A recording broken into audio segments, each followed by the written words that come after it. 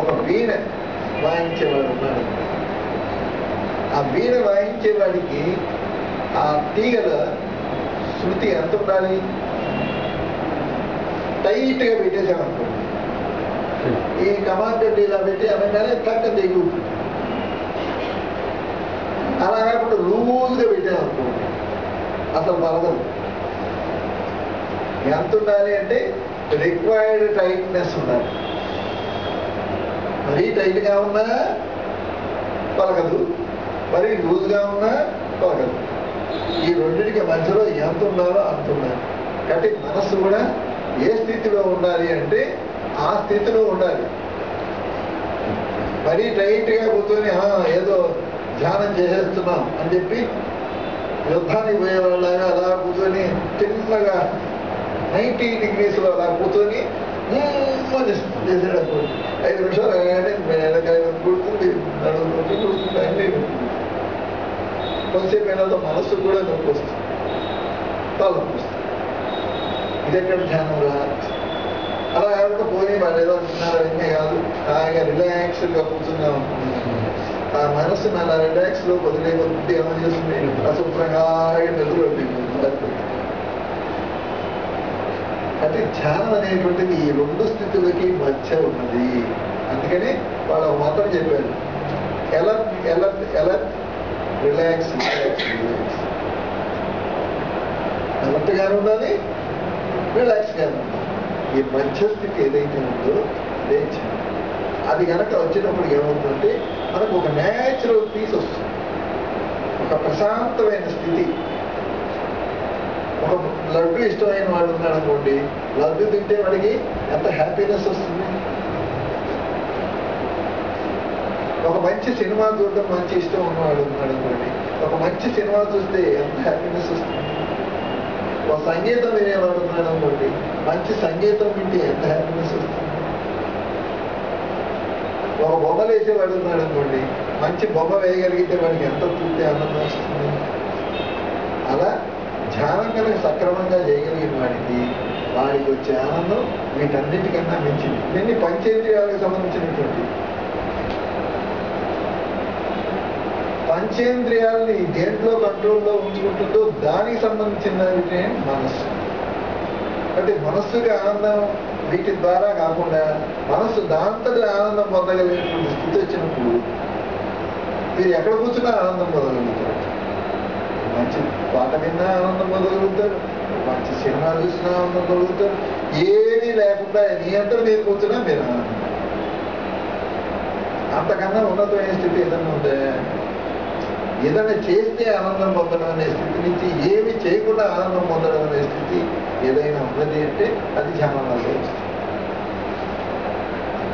కాబట్టి ధ్యానం తెలుసుకోవడం అంటే జీవితంలో ఇంకా అంతకన్నా తెలుసుకునేది ఏది ఉండదు. అందుకని కొంతకాలం పాటు ధ్యానం చేయడం అనే స్థితి నుంచి ధ్యానంలో ఉండడం అనే స్థితిలోకి వెళ్ళాలి. అంటే ధ్యానం మన ద్వారా జరగాలి, మనం ధ్యానం చేయకూడదు. అంటే కడుపుసుకుని ఉన్నాం అనుకోండి, మనకి తెలియకుండానే ధ్యానంకి వెళ్ళిపోతాం. అంతేగాని ధ్యానం చేయాలి, 6 అయింది, టైం అయిందా లేదా ఈ స్థితి ఉండదు. అలా రాగానే అలా కూర్చోగానే మనం ఒక 2 నిమిషాలు లేట్ అయినా 5 నిమిషాలు లేట్ అయినా మనం రాగానే కూర్చోగానే ధ్యానంలోకి వెళ్ళిపోతాం. మొదట్లో అలా ఉండదు. 10 నిమిషాలు 15 నిమిషాలు ముందు వస్తేనే ధ్యానంలోకి వెళ్ళగలం. 10 నిమిషాలు లేట్ అయినా అనుకోండి ఇంకా ఆ రోజు ధ్యానం జరగదు. ఎందుకంటే ఆ ధ్యానం జరిగే టైంకి మనం లేవడం అవుతుంది. 45 నిమిషాలు ఉందనుకోండి, అరగంట తర్వాత వచ్చి కూర్చున్నాడు అనుకోండి, వాడి ధ్యానం మొదలయ్యేది 45 నిమిషాల తర్వాత ధ్యానం మొదలవుతుంది. ఈ లోపల వాడికి ఒక నమస్కారం పెట్టమనేటప్పటికే ధ్యానం అసలు మొదలే అవుతుంది.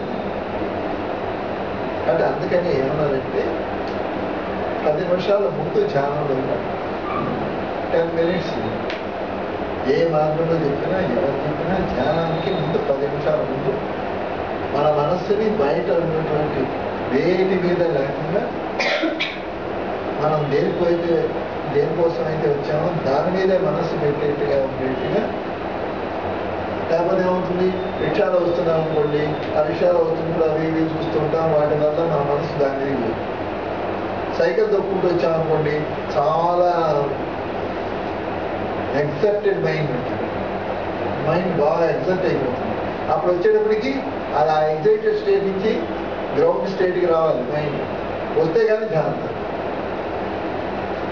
మైండ్ మనమే డ్రైవ్ చేసుకుంటూ కార్ డ్రైవ్ చేసుకుంటూ అప్పటికప్పుడు కార్ డ్రైవ్ చేసుకుంటూ వచ్చామనుకోండి, ఆ కార్ డ్రైవ్ చేసుకునేటప్పుడు మన మైండ్ ఎంత వైవరింగ్గా ఉంటుంది. వాడు ఎవడం వస్తున్నాడు, వీడు ఎవడం వస్తున్నాడు, టైం అయిపోతుంది, ఇంకా 5 నిమిషాలు ఉంది, మనం 2 నిమిషాలు ఉంది, మనకు టైం రాగలుగుతామా లేదా, ఇవన్నీ ఉన్నప్పుడు ఇక్కడికి రాగానే ఓ 15 నిమిషాలు ధ్యానం అంతా దాని మీదే ఉంటుంది.